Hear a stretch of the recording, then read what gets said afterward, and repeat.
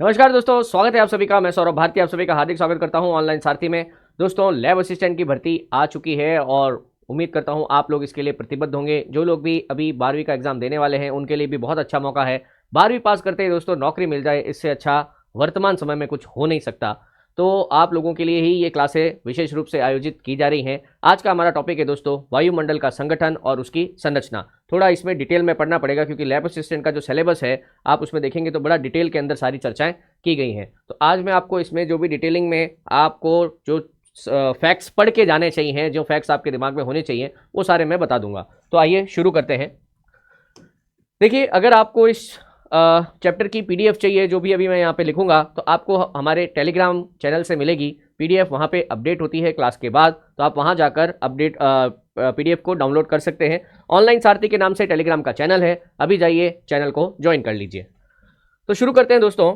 वायुमंडल, देखिए पहले तो एक सामान्य सी परिभाषा लिखूं मैं वायुमंडल की कि वायुमंडल किसे कहा जाता है ना। तो सिंपल सा है, पृथ्वी के चारों ओर पाया जाने वाला वायु का आवरण या घेरा या कवर वायुमंडल कहलाता है। देखिए, हमारी पृथ्वी के चारों ओर जो है ना वो कुछ स्थिर गैसें हैं, है ना। जैसे आप मान लीजिए ये पृथ्वी है, तो पृथ्वी के चारों ओर काफ़ी ऊंचाई तक आपको वायु का एक कवर मिलेगा। यही क्या है? यही वायुमंडल है। बात समझ रहे? अब इसमें एक बड़ी बात आती है कि वायुमंडल जो है इसको पृथ्वी के गुरुत्वाकर्षण ने बांध के रखा है। वायुमंडल को पृथ्वी के गुरुत्वाकर्षण ने बांध के रखा है, बड़ी अच्छी बात है। अर्थात वायुमंडल भी पृथ्वी के घूर्णन के साथ घूमता है। वायुमंडल स्थिर नहीं है, ऐसा नहीं है जैसे कि मान लीजिए वायुमंडल है और इसके बीच में ये पृथ्वी है, पृथ्वी अपने अक्ष पर घूम रही है ना, ये वायुमंडल इसके चारों तरफ है। तो वायुमंडल भी पृथ्वी के गुरुत्वाकर्षण के साथ घूमेगा। पृथ्वी पर वायुमंडल है ही इसलिए क्योंकि पृथ्वी पर गुरुत्वाकर्षण है। जिन जगहों पर गुरुत्वाकर्षण नहीं है या कमजोर है तो वहां वायुमंडल भी नहीं है। पृथ्वी पर ठोस, द्रव, गैस जो भी चीजें हैं उन सभी को पृथ्वी के गुरुत्वाकर्षण ने बांध के रखा है। बात समझ रहे? इसीलिए अगर कभी कोई पूछ ले कि क्या वायुमंडल पृथ्वी के गुरुत्वाकर्षण से बंधा हुआ है, तो जी हाँ, वायुमंडल पृथ्वी के गुरुत्वाकर्षण से बंधा हुआ है और यह भी पृथ्वी के घूर्णन के साथ क्या करता है? घूर्णन करता है। तो मैं यहां लिख देता हूं एक नोट लगा के कि वायुमंडल पृथ्वी के गुरुत्वाकर्षण से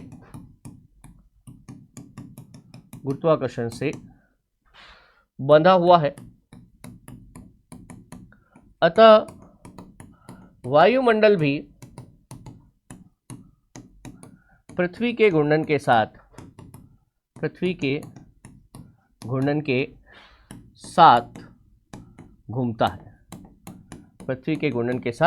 घूमता है।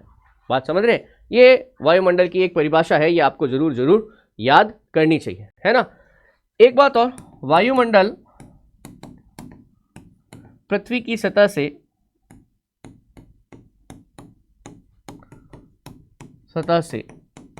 लगभग 10,000 किलोमीटर की ऊंचाई तक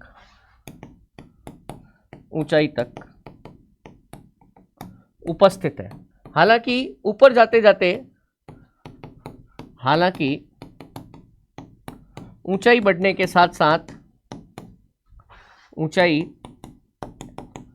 के साथ वायु विरल होती जाती है। विरल समझते हैं ना, कम होती जाती है, विरल होती जाती है। जैसे जैसे ऊंचाई बढ़ेगी वैसे वैसे क्या होगा? वायुमंडल विरल होता जाएगा। अगली बात आती है, क्या वायुमंडल में सिर्फ गैसें ही हैं या कुछ और भी पदार्थ हैं, है ना। तो देखिए, अगला जो इसका बात है वो है वायुमंडल का संगठन। तो अगली बात करते हैं अपन वायुमंडल का संगठन। देखिए, वायुमंडल के संगठन में हमें तीनों ही प्रकार के पदार्थ मिलते हैं। तीन पदार्थ की तीन अवस्था है ना, ठोस, द्रव और गैस। तो हमको वायुमंडल में ये तीनों ही मिलते हैं। जैसे वायुमंडल में आपको क्या मिलेंगी? वायुमंडल में आपको गैसीय पदार्थ, या फिर मैं सिंपल सा गैसें भी लिख सकता था, है ना, आपको मिलेंगी। आपको वायुमंडल में तरल यानी कि द्रव पदार्थ भी मिलेगा, और वायुमंडल में आपको ठोस पदार्थ भी मिलेगा। धूल के कण होते हैं ना, वो भी तो मिलते हैं। तो वायुमंडल के संगठन में इन तीनों का ही योगदान है, ठोस, द्रव और गैस। हालांकि अधिक योगदान किसका है? गैसों का है। अब वायुमंडल में जो गैसें है ना, इसको याद रखना है प्रतिशत के हिसाब से कि सबसे ज्यादा कौन सी है, फिर आगे आगे आगे कौन सी है। तो देखो, इसको याद रखने का तरीका है, मैं नीचे लिख रहा हूं, नो एसी, ऐसे याद करो आप। वैसे तो और भी है, बट ये चार तो आपको किसी भी हालत में याद होनी चाहिए। No AC. नो एसी कौन कौन है? वायुमंडल में कौन कौन सी गैसें उपस्थित है? नाइट्रोजन,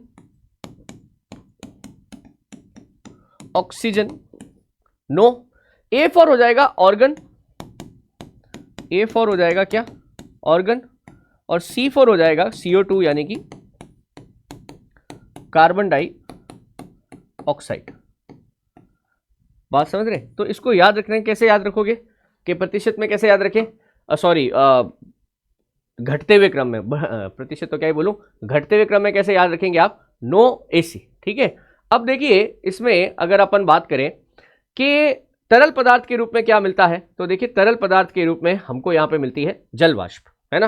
तरल पदार्थ के रूप में हमको यहाँ पे क्या मिलती है, लिख देता हूं मैं, तरल पदार्थ के रूप में हमको मिलती है यहाँ पे जल वाष्प।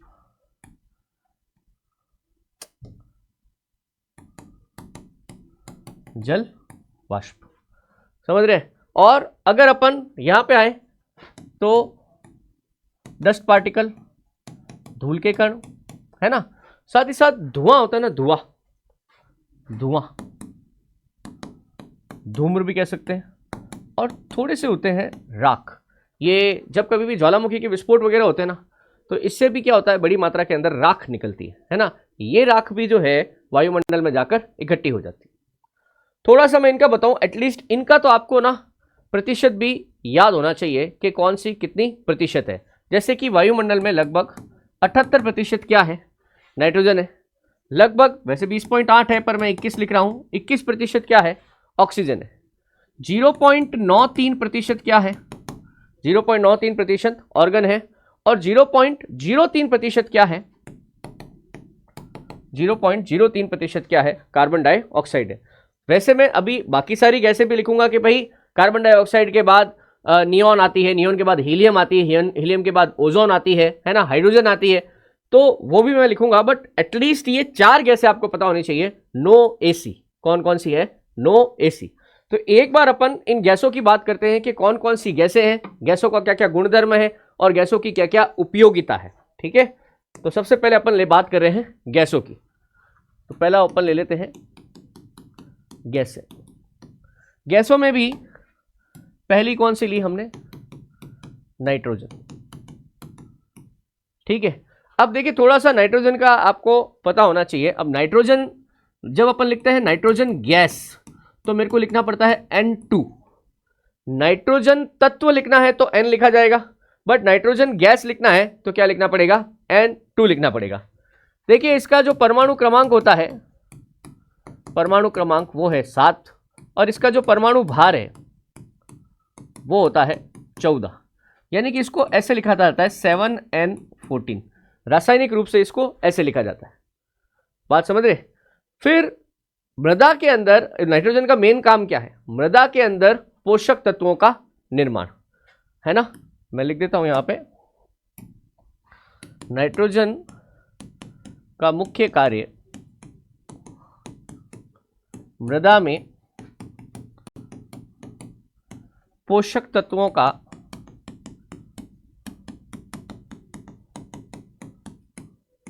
निर्माण करना है। आपने सुना होगा नाइट्रिफिकेशन का प्रोसेस, है ना।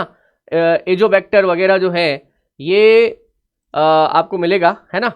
एजोबैक्टर एक जो जड़ें होती है ना, जड़ों की गांठों में रहने वाला एक बैक्टीरिया है। वो क्या करता है? वायुमंडल से डायरेक्ट गैस लेता है नाइट्रोजन को, और उसको नाइट्रेट में बदलता है। एक्चुअल में क्या है, हमारे शरीर के अंदर कार्बन, ऑक्सीजन, नाइट्रोजन और हाइड्रोजन, ये 4 चीज़ें हैं, इन्हीं 4 से हमारी सारी चीज़ें बनी है। जैसे आप कार्बोहाइड्रेट ले लीजिए, प्रोटीन ले लीजिए, वसा ले लीजिए, उन सभी में। अब हमारे शरीर की सबसे बेसिक इकाई है अमीनो एसिड, और अमीनो एसिड जो कि प्रोटीन कहलाता है, आप प्रोटीन भी बोल सकते हो उसको, वो बनता है नाइट्रोजन से। नाइट्रोजन के बिना नहीं बन सकता वो, इसीलिए नाइट्रोजन इतना इंपॉर्टेंट है ना। वैसे अगर एक नाइट्रोजन गैस की बात करें तो नाइट्रोजन गैस रंगहीन,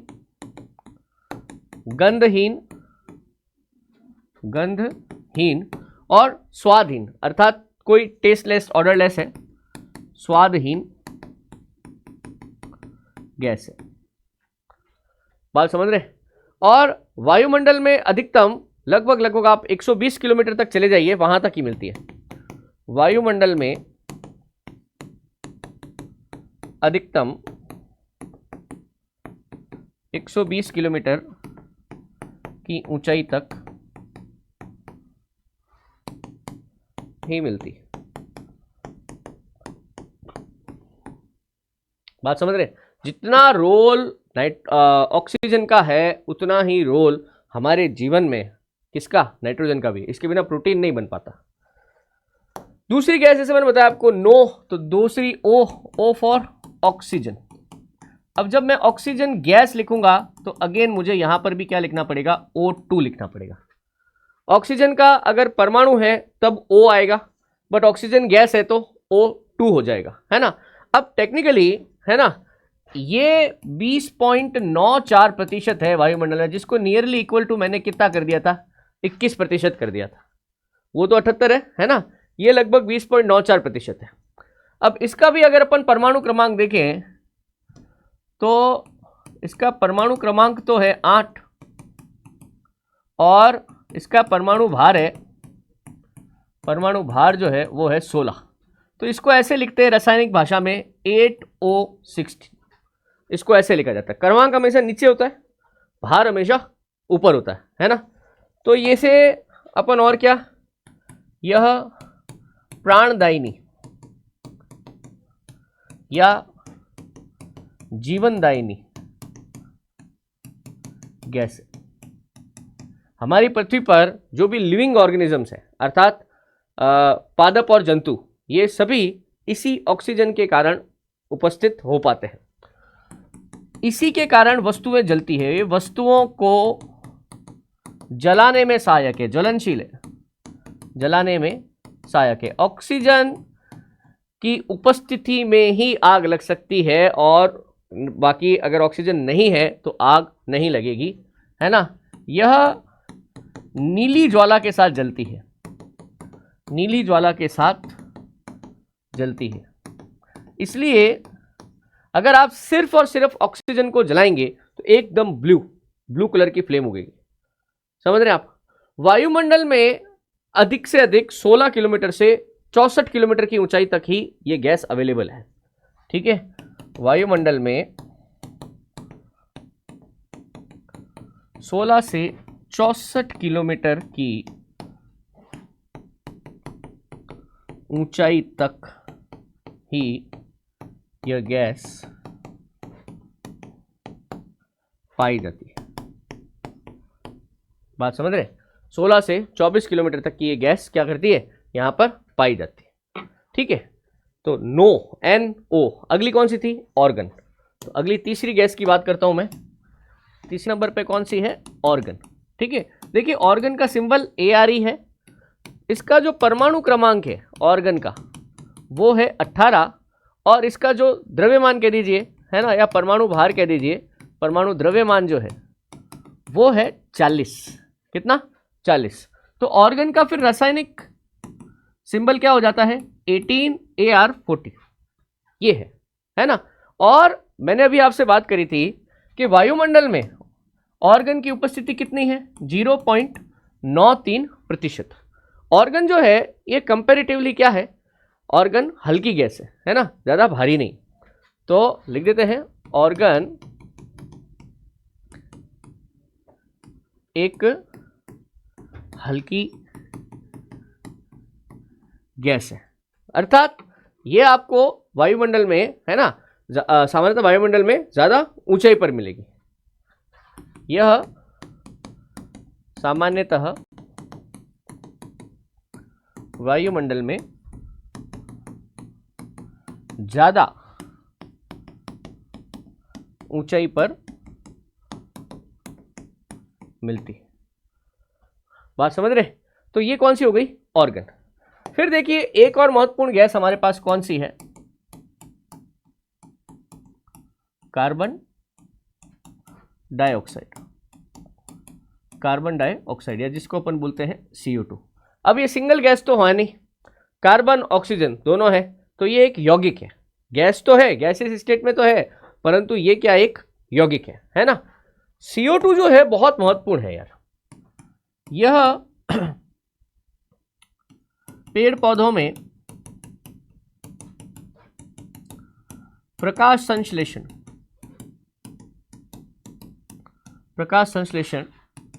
की प्रक्रिया के लिए आवश्यक है। किसके लिए आवश्यक है? ये प्रकाश संश्लेषण की प्रक्रिया के लिए आवश्यक है। बात समझ रहे हैं? फोटोसिंथेसिस होता है ना, पेड़ पौधे अपना भोजन बनाते हैं, उसमें ये सबसे पहले काम आती है कार्बन डाइऑक्साइड। कार्बन डाइऑक्साइड पेड़ पौधे ग्रहण करते हैं, अपना भोजन बनाते हैं ग्लूकोज के रूप में, और बदले में क्या करते हैं? ये ऑक्सीजन रिलीज करते हैं, है ना। CO2 हरित प्रभाव वाली गैस है, यानी कि CO2 एक ग्रीन हाउस गैस है। ग्रीन हाउस गैस है। देखो ग्रीन हाउस गैस क्या होती है? ग्रीन हाउस गैसें वो होती हैं जो पृथ्वी के औसत तापमान को मेंटेन रखती है, एवरेज टेम्परेचर को। ठीक है, औसत तापमान क्या होता है? हमारे पृथ्वी का औसत तापमान 15 डिग्री सेल्सियस है। सूर्य का जो प्रकाश आता है वो हमारी पृथ्वी से टकराकर उसका अधिकांश भाग वापस अंतरिक्ष में परावर्तित कर दिया जाता है। परंतु ये गैसें हैं, कार्बन डाइऑक्साइड है, मेथेन है ना, जल वाष्प है, ये क्या करती हैं? सूर्य से जाने वाले जो पार्थिव विकिरण है, पार्थिव विकिरण किसको कहते हैं? जो टकराकर वापस जा रहे हैं ना, इसको पार्थिव विकिरण कहा जाता है। ये पार्थिव विकिरणों को कैच करती है, एब्जॉर्ब करती है और पृथ्वी का एक एवरेज टेम्परेचर मेंटेन करती है।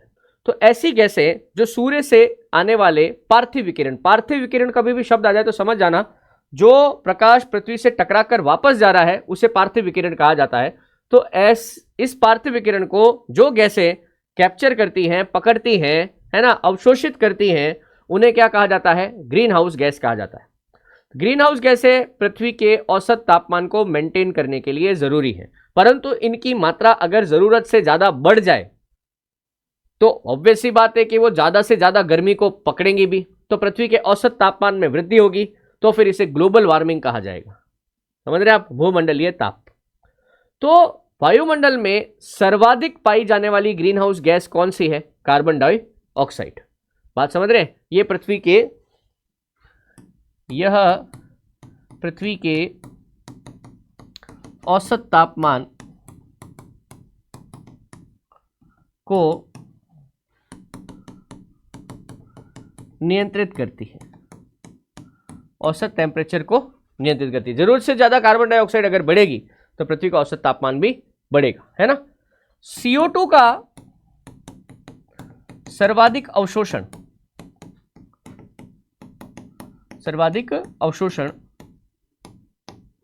समुद्री शैवाल करते हैं। समुद्रों के अंदर वनस्पति मिलती है ना, अब भाई इनको भी तो भोजन बनाना है, और भोजन बनाने के लिए तो क्या चाहिए? कार्बन डाइऑक्साइड है। तो ये भी क्या करते हैं? शैवाल CO2 का अवशोषण करते हैं तथा बदले में ऑक्सीजन छोड़ते हैं। इसीलिए हम कहते हैं ये प्रवाल भित्तियों को बचाओ, इनको नष्ट मत करो, क्योंकि ये हमारी प्रकृति के लिए बहुत आवश्यक है। अब देखिए CO2 एक यौगिक है, कार्बन भी है, ऑक्सीजन भी है। तो CO2 एक भारी गैस है तथा यह वायुमंडल के निचले भागों में ही मिलती है। निचले भागों में ही मिलती है, ज्यादा ऊंचाई पर ये मिलेगी नहीं। ठीक है, तो देखिए मैंने आपसे कहा था नो AC, 4 याद करो, नाइट्रोजन, ऑक्सीजन, आर्गन और कार्बन। हालांकि देखो मुझे ऐसा लगता है कि आपको आगे के भी नाम तो याद करने ही चाहिए, है ना। जैसे अभी मैं इसका एक फॉर्मूला लिखता हूं आपके सामने। अभी मैंने लिखा ना नो ए सी, यहां तक तो आप कर लोगे। पर इसके आगे की एक थोड़ी सी जिंगल है, जैसे मैंने याद किया हुआ है, नो ए सी नहीं तो आज हाइड्रेशन हो जाएगा। नो ए सी नहीं तो आज हाइड्रेशन हो जाएगा। इसको ऐसे याद करो आप, नो एसी नहीं तो आज क्या हो जाएगा, हाइड्रेशन हो जाएगा। क्या मतलब इसका, देखो एन फॉर क्या हो गया भाई, नाइट्रोजन। ओ फॉर क्या हो गया, ऑक्सीजन। ए फॉर क्या हो गया, ऑर्गन। सी फॉर हो गया CO2, है ना। अब ये देखिए नहीं, नहीं या एन, एन फॉर है यहां पर नियॉन, एन फॉर यहां पर क्या है, नियॉन। समझ रहे आप, नहीं न ही, एन फॉर नियॉन और ही।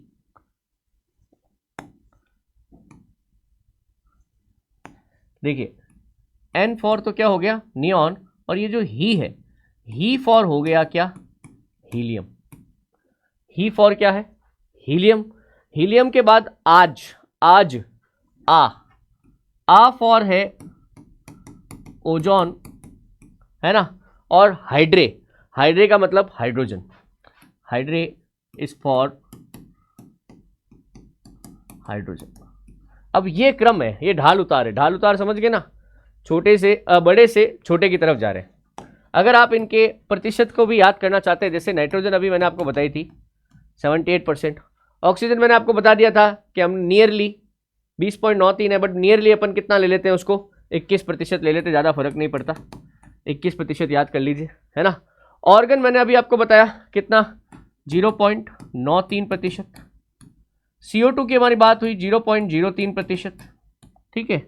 अब देखिए आ गया है नियॉन, 0.3 बार 0.8%, समझ रहे आप, 0.00, 3 जीरो लगा दिया मैंने, 0.008%, ठीक है।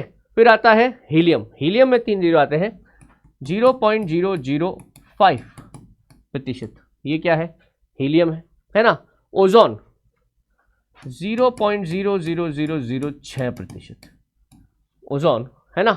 और अगर अपन हाइड्रोजन की बात करें, हाइड्रोजन तो और ही कम है ना, 0.000 लगभग लगभग आप कितने 5 जीरो लगाओ तब कहीं जाके क्या आती है, हाइड्रोजन की मात्रा आती है ना, 0.00005%। ये क्या है, हाइड्रोजन है। बात समझ रहे। तो अगर आपको बाकी की भी याद रखनी है तो वैसे प्रतिशत याद रखने की जरूरत नहीं है, आप इसमें सिर्फ क्या याद रख सकते हैं, नो एसी नहीं तो आज क्या हो जाएगा भाई, नहीं तो आज हाइड्रेशन हो जाएगा, है ना। ओके, इसमें से ज़्यादा आप एक गैस और याद रख सकते हो, वो है O3, यानी कि ओजोन गैस। यह गैस ऑक्सीजन के 3 परमाणुओं के जुड़ने से बनती है, 3 परमाणुओं के जुड़ने से बनती है, ठीक है। एक हमारा है समताप मंडल, इसकी उपस्थिति, समताप मंडल पढ़ेंगे अभी, समताप मंडल में पाई जाती है। और सबसे बड़ी बात, यह सूर्य से आने वाले हानिकारक पराबैंगनी विकिरणों का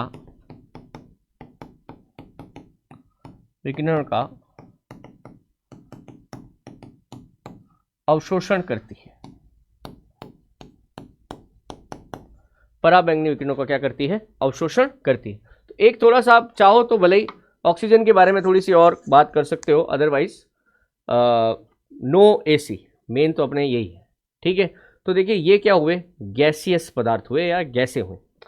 दूसरा हमने कहा था कि भाई और क्या चीज़ें हैं, और है आपके पास कैसे द्रव या तरल पदार्थ। दूसरी चीज़ आपके पास क्या है, द्रव या तरल पदार्थ, है ना। तो वायुमंडल में द्रव पदार्थ के रूप में जल वाष्प उपस्थित रहती है। जल वाष्प उपस्थित रहती है, समझ रहे आप। ठीक है, समस्त वायुमंडल की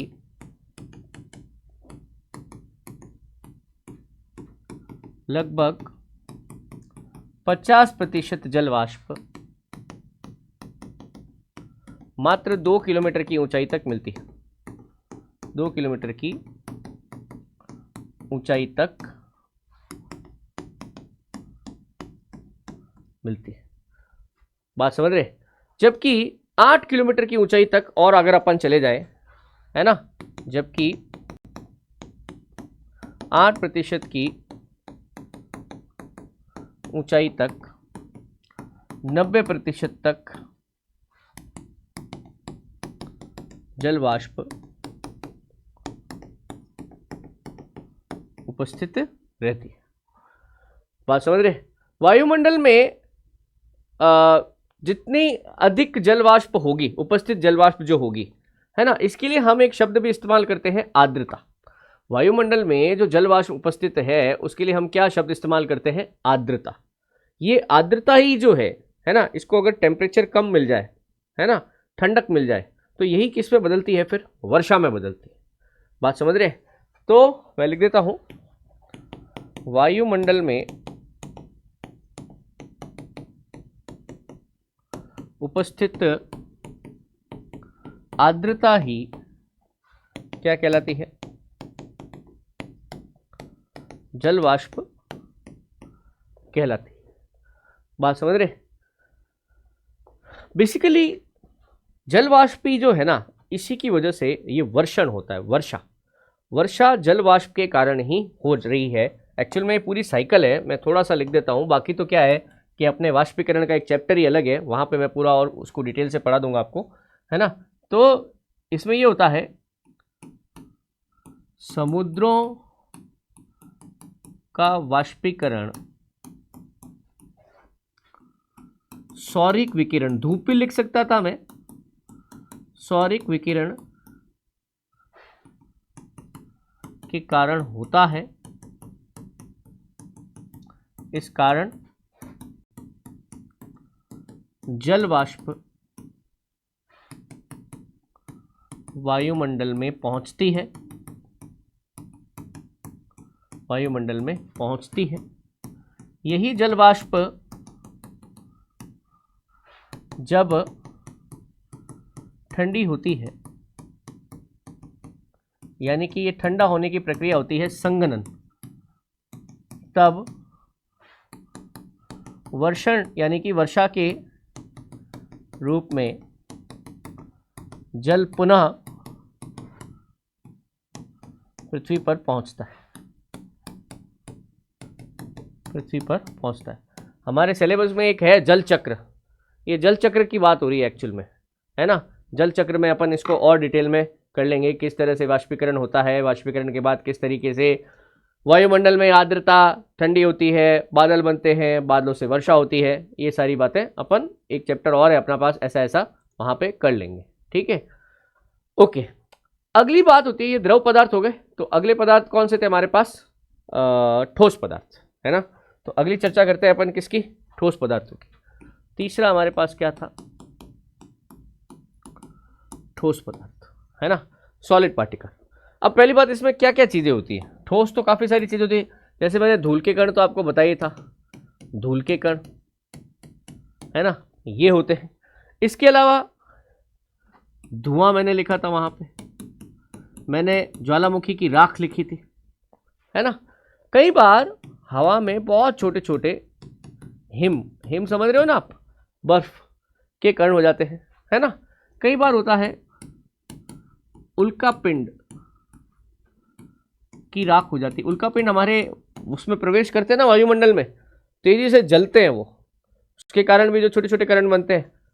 इसके अलावा वायुमंडल में कई बार नमक के कण भी मिलते हैं, नमक के कण आदि। बात समझ रहे। ये सभी ठोस पदार्थ हमें यहां पे मिलेंगे। एक्चुअल में वायुमंडल में जो ठोस पदार्थ मिलते हैं ना, उनके लिए एक शब्द है एरोसॉल्स। इनको क्या कहते हैं? एरोसॉल्स कहते हैं, एरोसॉल्स।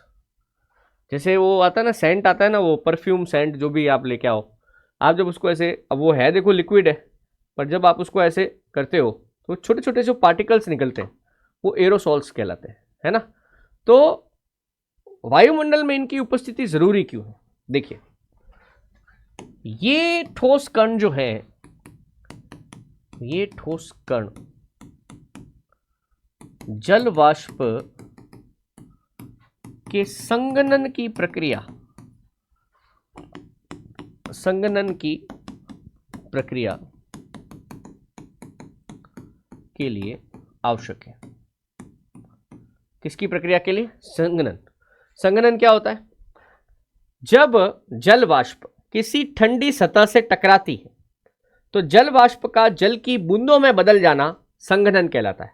गर्मी के दिनों में ऐसा अक्सर होता है। आप देखो गर्मियों में आप क्या करोगे, वो पानी फ्रिज में से बोतल निकालते हैं ना ठंडी, अब आपने रखी, अब बोतल एकदम ठंडी है, ठंडी सतह है, अब आसपास की हवा जिसमें जल वाष्प हमेशा मौजूद रहती, अब वो जैसे ही ठंडी सतह से टकराती है, बोतल की सतह से टकराती है, बोतल के चारों तरफ क्या हो जाता है? छोटे छोटे पानी की बूंदों का निर्माण हो जाता है। वो कोई बोतल लीक थोड़ी हुई है, वो तो आपके आसपास जो जल वाष्प थी उसको ठंडी सतह मिल गई। बात समझ रहे? तो ये ठोस कण जो है ये जल वाष्प की संघनन की प्रक्रिया के लिए आवश्यक है ना। तो एक्चुअल में क्या होता है, वायुमंडल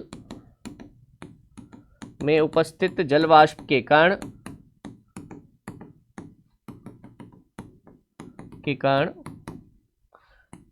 इन ठोस कणों से टकराकर, है ना, और होना क्या चाहिए? ठंडक होनी चाहिए, थोड़ी थोड़ी क्या होनी चाहिए? ठंडक में टकराकर जल की बूंदों का निर्माण करते हैं, जल की बूंदों का निर्माण करते हैं। यह प्रक्रिया क्या कहलाती है? यह प्रक्रिया संघनन कहलाती है। बात समझ रहे? साथ ही साथ आप जो बादल देख रहे हैं, बादल, है ना, इसके अलावा एक कोहरा हो जाता है, धुंध हो जाती है, कोहरा, धुंध आदि का निर्माण भी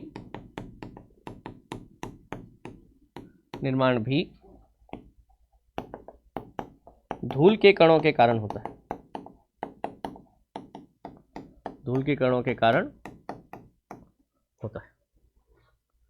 बात समझ रहे? इतने इंपॉर्टेंट हैं ये धूल के कण, एरोसॉल्स। हालांकि इनकी उपस्थिति अगर ज़्यादा हो जाए, खास करके उसके अंदर भारी धातुओं के कण आ जाए, जैसे आर्सेनिक आ जाए, है ना, ये तो जैसे पेट्रोल वगैरह डीजल का उपयोग करते हैं ना, इनके जलने से जो धुआं निकलता है इसमें आर्सेनिक बहुत ज़्यादा होता है, आर्सेनिक होता है, लेड होता है, लेड। ये हमारे सांस के साथ शरीर में जाते हैं और फेफड़ों की समस्या उत्पन्न करते हैं। बात समझ रहे? कुछ प्रकाश की जो घटनाएं हैं वो भी इन्हीं के कारण होती हैं, अर्थात आकाश का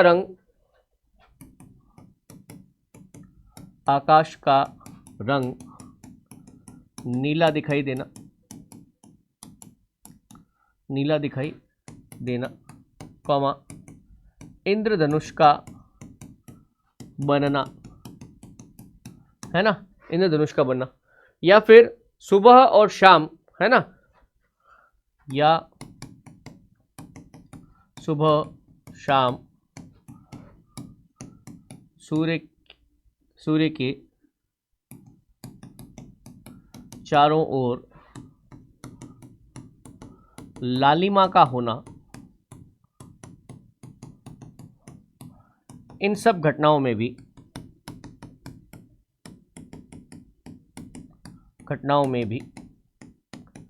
धूल के कणों का योगदान है। बात समझ रहे? ये प्रकाश जब सूर्य के कणों से टकराता है ना, इसमें क्या होता है, प्रकाश सूर्य क्या धूल के कणों से टकराता है, प्रकाश इन धूल के कणों से टकराकर प्रकीर्णन, परावर्तन, अपवर्तन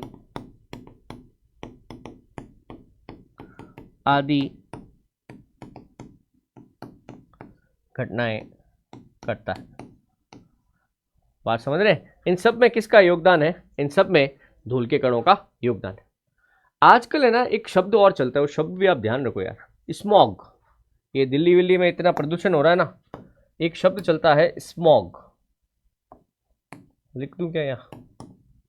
स्मॉग। कभी आपसे पूछ ले स्मॉग क्या है? स्मॉग देखो, स्मोक प्लस फॉग क्या बन गया? स्मोक, है ना? स्मोक।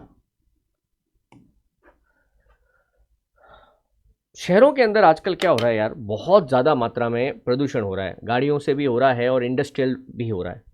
तो उनसे जो ये पार्टिकल्स निकले हैं, है ना, ये पार्टिकल भारी भी होते हैं, जल वाष्प भी है, जल वाष्प के साथ मिलके ऐसा धुंधला सा कोहरा टाइप का बना लेते हैं, दिन में ही धुंध हो जाती है। जैसे दिल्ली वगैरह में अभी हुई थी ना, वो इतना सारा वो पराली जलाने वाली घटना हुई थी, पराली जलाने के कारण आप देखो इतना दिन के अंदर, मतलब आप देखो कि अंधेरा लग रहा है, इतना हो गया।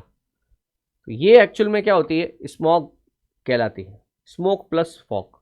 इसमें भी ये कण जिम्मेदार है, समझ रहे? हालांकि हमारे लिए बहुत हानिकारक है वो कण, बट वो भी जिम्मेदार है। तो स्मॉग भी इसी के अंतर्गत आता है। तो दोस्तों ये हमने बात करी किसकी? वायुमंडल के अंदर पाई जाने वाली गैसें। अब बात करते हैं अपन मेन वायुमंडल की संरचना की, वो परतें वगैरह होती है ना, उसकी बात करते हैं। तो देखिए आप, वायुमंडल की संरचना, है ना। अब देखो संरचना भी दो तरीके से हो सकती है, एक भौतिक संरचना हो सकती है और एक रासायनिक संरचना होती है। तो पहला मैं बात करता हूं भौतिक संरचना, है ना। भौतिक संरचना में आती है वायुमंडल की परतें, है ना, लेयर्स। भौतिक संरचना में क्या आती है? वायुमंडल की परतें। तो देखो वायुमंडल को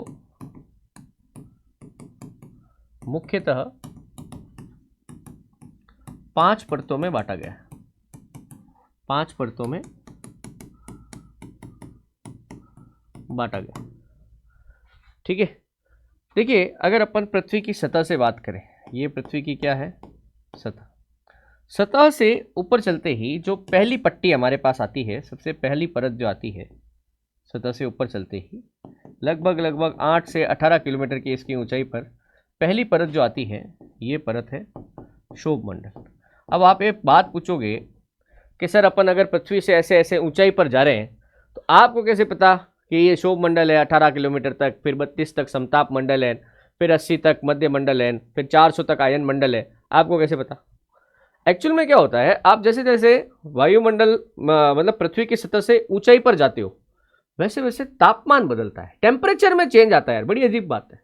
होता है गैसों के कारण ही है। आपको सौरिक विकिरण वाला चैप्टर पढ़ना, उसमें स्पष्ट रूप से लिखा हुआ है कि अलग अलग लेवल पर ये जो गैसें हैं, ये सूर्य के विकिरणों के साथ अलग अलग व्यवहार करती है। कभी ये सूर्य के विकिरणों को बिल्कुल जाने देती है, जाने देंगी तो टेम्परेचर कम होगा, कभी ये सूर्य के विकिरणों को एक्सेप्ट कर लेती है, अवशोषित कर लेती है, तो टेम्परेचर बढ़ेगा।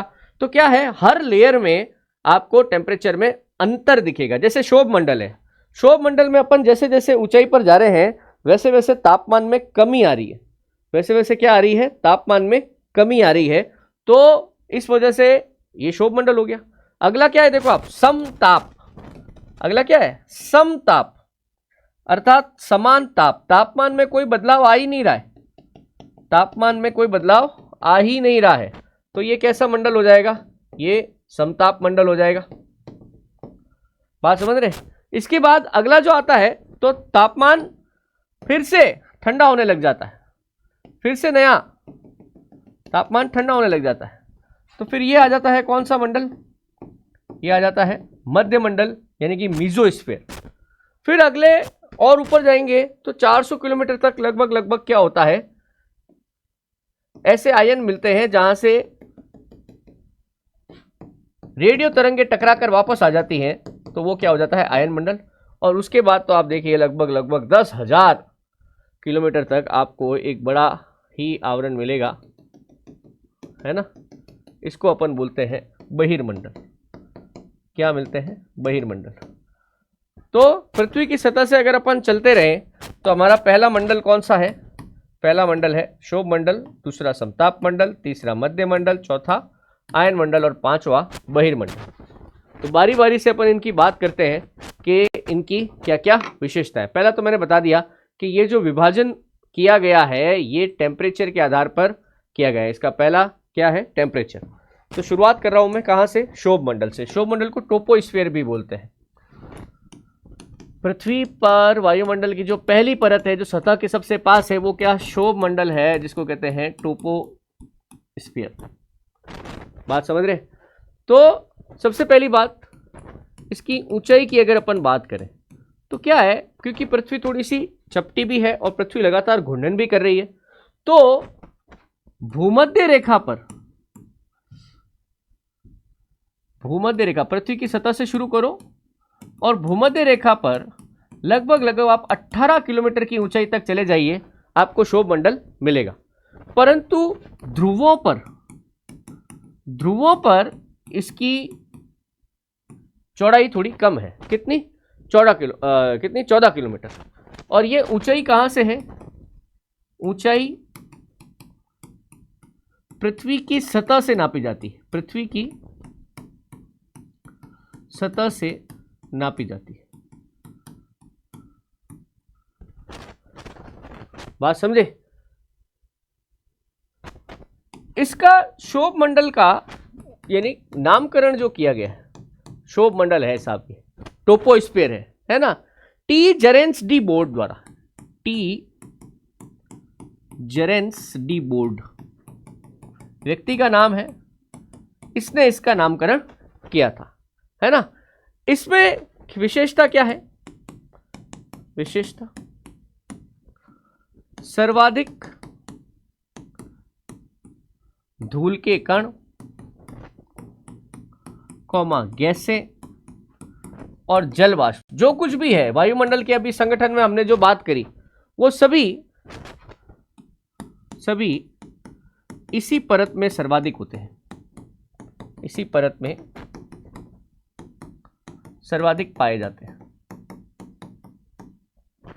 सर्वाधिक पाए जाते हैं, है ना। और क्या है, ऊंचाई बढ़ने के साथ साथ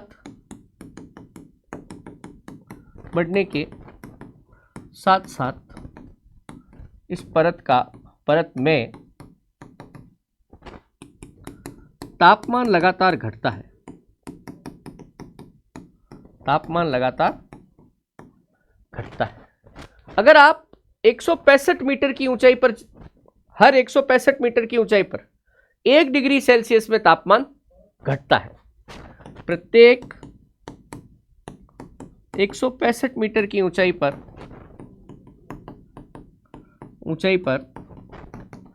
तापमान में 1 डिग्री सेल्सियस की कमी आती है। अब देखो, जहां पे तापमान में परिवर्तन होगा वहां वायु दाब में परिवर्तन होगा। तापमान और वायु दाब में व्युत्क्रम का संबंध है, बताया था मैंने, है ना। क्योंकि तापमान में परिवर्तन हो रहा है, वायु दाब में परिवर्तन हो रहा है, तो तापमान और वायु दाब में परिवर्तन ही तो मौसम की घटना होती है ना। यही कारण है कि सभी मौसमी घटनाएं, बारिश, बादल, चक्रवात, मौसमी घटनाएं इसी परत में होती है, इसी परत में होती है। आप इस परत से ऊपर चले गए तो बादलों का बनना, है ना, वर्षा का होना, ये सब आपको नहीं दिखाई देगा। देखिए वैसे तो 165 मीटर की ऊंचाई पर तापमान में कितने 1 डिग्री सेल्सियस की कमी हो जाती है, बात बिल्कुल सही है। परंतु अगर इसको 1000 मीटर के हिसाब से ले लें, 1 किलोमीटर के हिसाब से, क्योंकि तो मीटर में है ना, तो क्या होता है, मैं यहां लिख देता हूं नोट लगा के, प्रति 1000 मीटर की ऊंचाई पर क्षोभ मंडल में तापमान में 6.5 डिग्री सेल्सियस की कमी हो जाती है। वही बात है, पर ये थोड़ा सा किस वे में हो गया, मीटर, वो मतलब किलोमीटर हो गया, 1000 मीटर मतलब 1 किलोमीटर हो गया ना। तो इसे, ये जो 6.5 डिग्री सेल्सियस हर किलोमीटर पे तापमान घट रहा है, इसे सामान्य ताप की ह्रास दर भी कहा जाता है ना। इसे क्या कहते हैं, इसे सामान्य ताप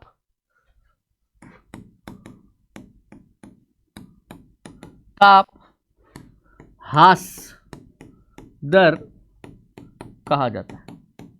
ध्यान रखना आप, कभी ये क्वेश्चन कैसे आएगा कि सामान्य ताप ह्रास दर क्या होती है, तो आप बोलेंगे कि प्रति 1 किलोमीटर पर यदि तापमान में 6.5 डिग्री सेल्सियस की कमी आ जाती है, इसे ही क्या कहते हैं, सामान्य ताप ह्रास दर कहते हैं, है ना।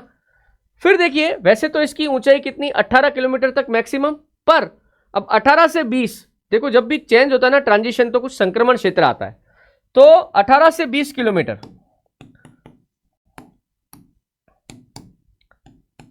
18 से 20 किलोमीटर के मध्य क्षोभ सीमा पाई जाती है।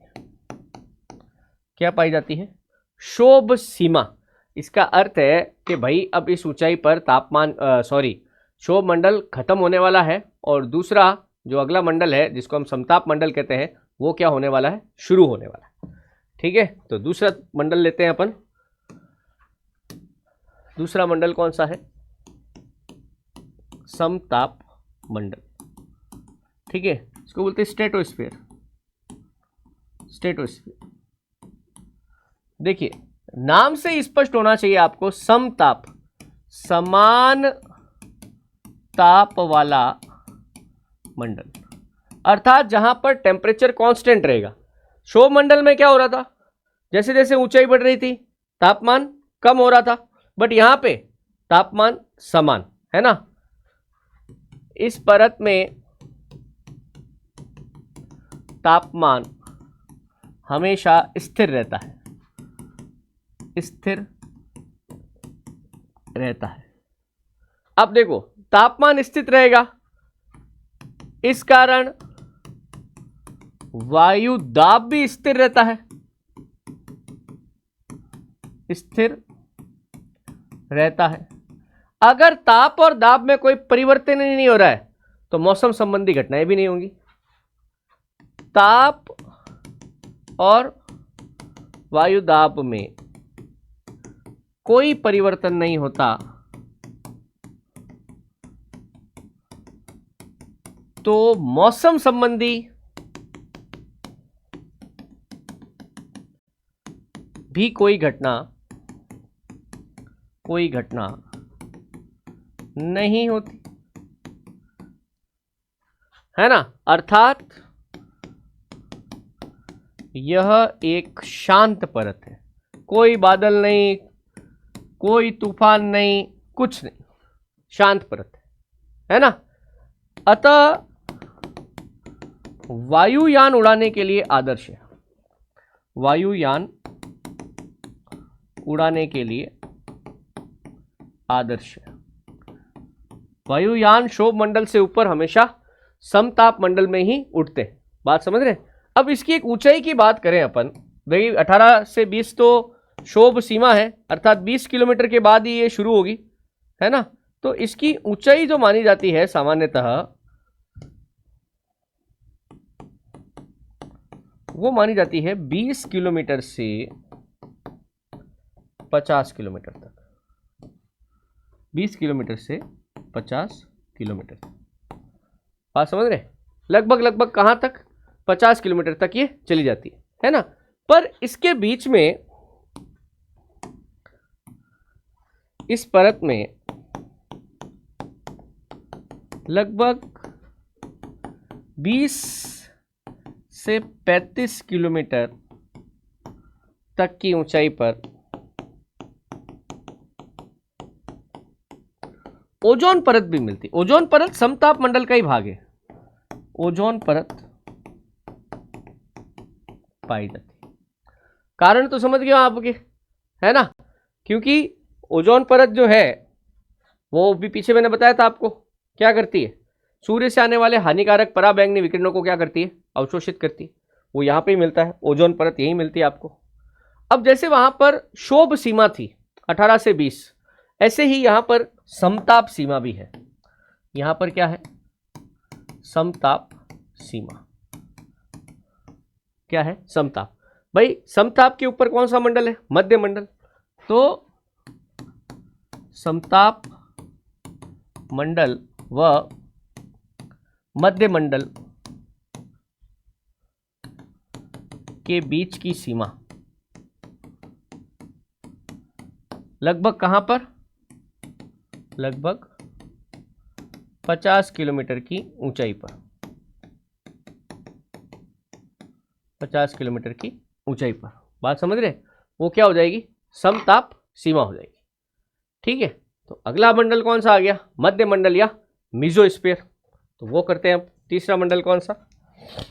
अभी देखो, अभी तापमान समान था, अब आ जाएगा मध्य मंडल, जिसको बोलते हैं अपन मीजोस्फीयर। सबसे पहले तो देखो, अगर इसकी ऊंचाई की बात करूं मैं, 50 किलोमीटर पे वो खत्म हो रहा है, तो 50 किलोमीटर से शुरू करके लगभग लगभग आप 80 किलोमीटर तक आ जाओ, आपको कौन सा मंडल मिलेगा? मध्य मंडल। इस मंडल में तापमान फिर से घटना शुरू होता है। फिर से घटना शुरू होता है ना। और तापमान -100 डिग्री सेल्सियस तक कम हो जाता है। फिर से अब क्या हो जाएगी? सर्दी हो जाएगी, ठंडक हो जाएगी, फिर से आगे आएगी। बात समझ रहे हैं? मध्य मंडल में यही होता है। आपने जैसे समताप मंडल पार करके ऊपर चले गए और ठंडक हो जाएगी, मतलब इतनी ठंडक के बर्फ ही जम जाएगी। यही कारण है दोस्तों कि हमारे पृथ्वी के धरातल से जो गैसें गर्म होती है ना, वो वायुमंडल से बाहर नहीं जा सकती, क्योंकि वो गर्म होकर ऊपर तो उठ गई है, पर ऊपर जाके इतनी ठंडी हो जाएंगी कि वो वापस से ठोस, जैसे जलवाष्प की बात हो रही है, जलवाष्प जो उठती है ना कि वेपर बन के ऊपर चली गई, ऊपर तो चली गई पर कहाँ? बाहर नहीं जा सकती वो, क्योंकि ऊपर जाते जाते इतनी ठंड हो जाएगी कि उसको वापस नीचे आना ही पड़ेगा। समझ रहे आप? मध्य मंडल वो लास्ट है जहां के भाई इससे बाहर तो जाना ही नहीं देंगे आप। तो मध्य मंडल के बाद कौन आ जाता है? मध्य मंडल के बाद आ जाता है दोस्तों आयन मंडल। मध्य मंडल के बाद कौन आ जाता है? आयन मंडल, है ना। इसको बोलते हैं अपन आयनोस्फीयर। क्या कहते हैं? आयनोस्फीयर। अब इसकी अगर ऊंचाई की बात करें तो लगभग लगभग 400 किलोमीटर तक, लगभग कहा ना 80 किलोमीटर से 400 किलोमीटर तक इसकी ऊंचाई। ठीक है। बेसिकली हमने इसको आयन मंडल कहा क्यों? क्योंकि इस परत में गैसें आयनित अवस्था में पाई जाती है। आयनित अवस्था में पाई जाती है। बेसिकली क्या होता है, अगर कोई परमाणु इलेक्ट्रॉन एक्सेप्ट करे या इलेक्ट्रॉन का त्याग करे तो वो आयन बदल जाता है। आयन बहुत ही हाईली रिएक्टिव होते हैं, है ना। ये बहुत जल्दी किसी से करते हैं, रिएक्शन करते हैं, है ना। तैयार रहते हैं कि कोई हमसे आए, टकराए, हम किसी के साथ कोई यौगिक बना ले, है ना। पर एक बात और है, इन आयनों से रेडियो तरंगे टकराकर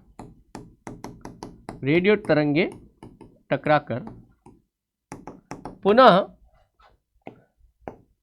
पृथ्वी पर वापस आ जाती है। पृथ्वी पर वापस आ जाती है।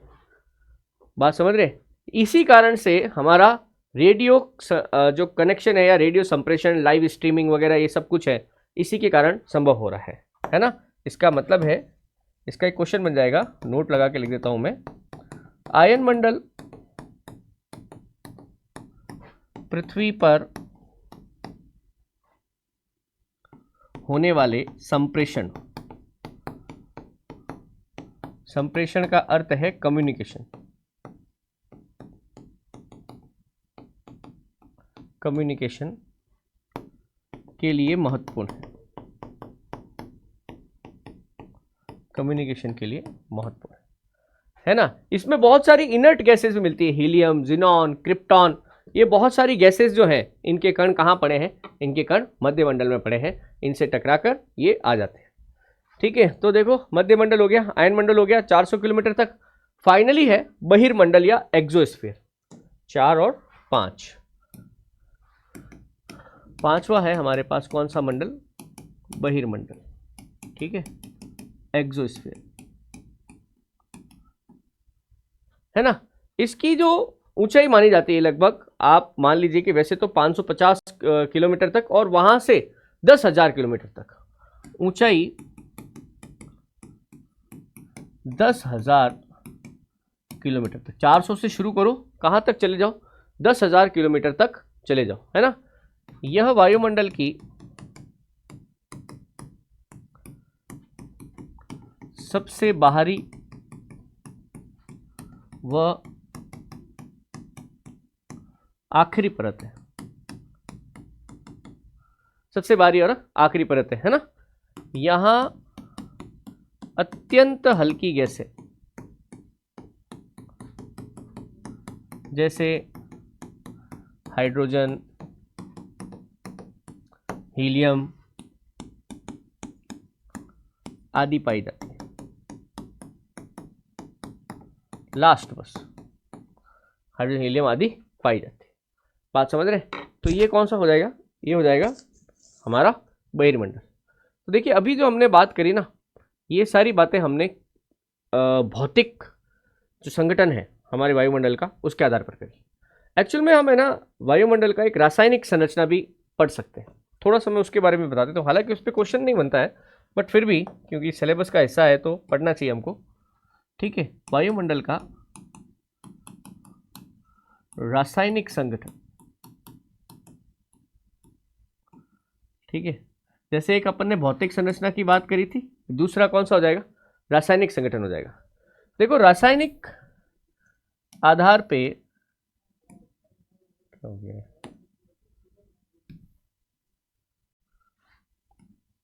हम इसको दो तरीके से बांट सकते हैं, है ना। रासायनिक संगठन समझते हो ना आप, उसमें क्या क्या चीजें अवेलेबल है, रसायन क्या है, गैसेस वगैरह, है ना, उनका क्या उसमें मिश्रण है, क्या चीजें अवेलेबल है।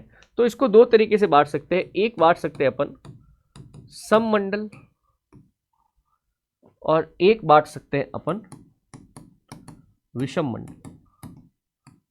सममंडल और विषम मंडल। सममंडल क्या होता है ना। सममंडल यह शोभ मंडल,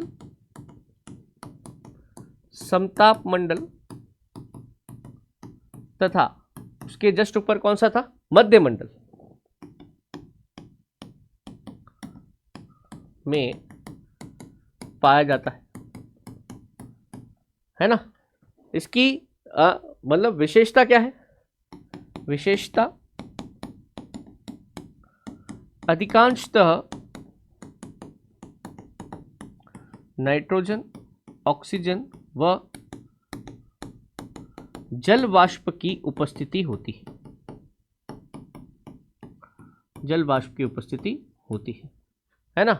और अगर इसकी लगभग ऊंचाई अगर आप देखें, अगर ये तीनों शोभ मंडल, समताप मंडल, मध्य मंडल मिला ले, तो 90 किलोमीटर 80 किलोमीटर आते आते ये सब क्या होते हैं?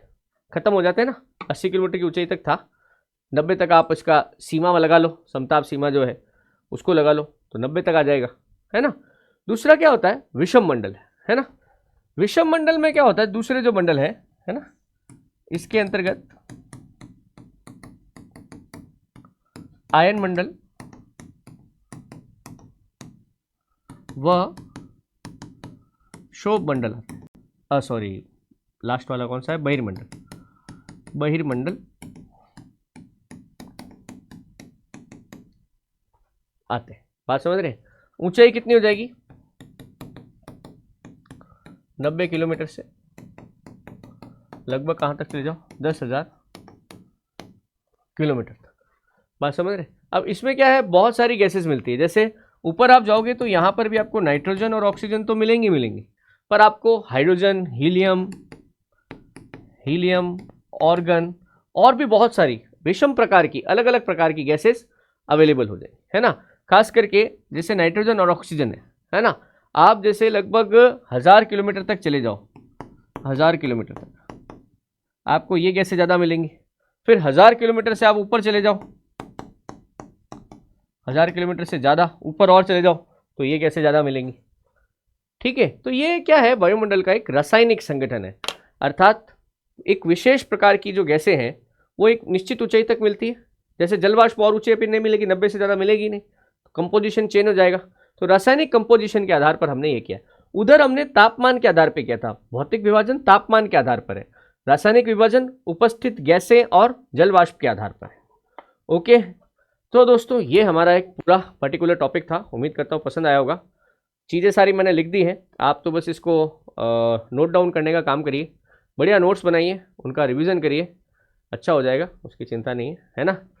ओके, तो दोस्तों इस लेक्चर में इतना ही, मिलते हैं फिर कल एक और लेक्चर में। धन्यवाद।